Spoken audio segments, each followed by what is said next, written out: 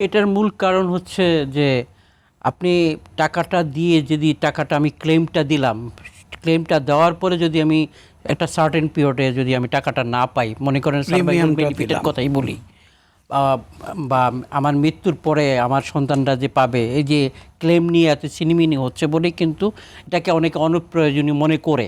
কিন্তু আমার বিবেচনাটা হচ্ছে যে এটা অবশ্যই অপ্রয়োজনীয় খরচ নয়। কারণ আমার যে কথাটা দুইজন প্রাজ্ঞজন বলেছেন কথাগুলো, যে সুরক্ষা, আমার সম্পদের সুরক্ষা, আমার জীবনের সুরক্ষা, আমার অনুপস্থিতিতে যে আমার যে খরচগুলো আসবে, যে আমি বৃদ্ধ হয়ে যাব, আমার ব্যয় বাড়বে কিন্তু আয় বাড়বে না।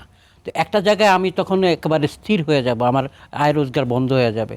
তো সেই সময় আমার কিন্তু এই মানে বীমা কিন্তু আমাকে কিন্তু নিশ্চয়তা দিচ্ছে। অবশ্যই এটা প্রয়োজনীয়তা আছে আমি বলে মনে করি। জি, ধন্যবাদ আপনাকে।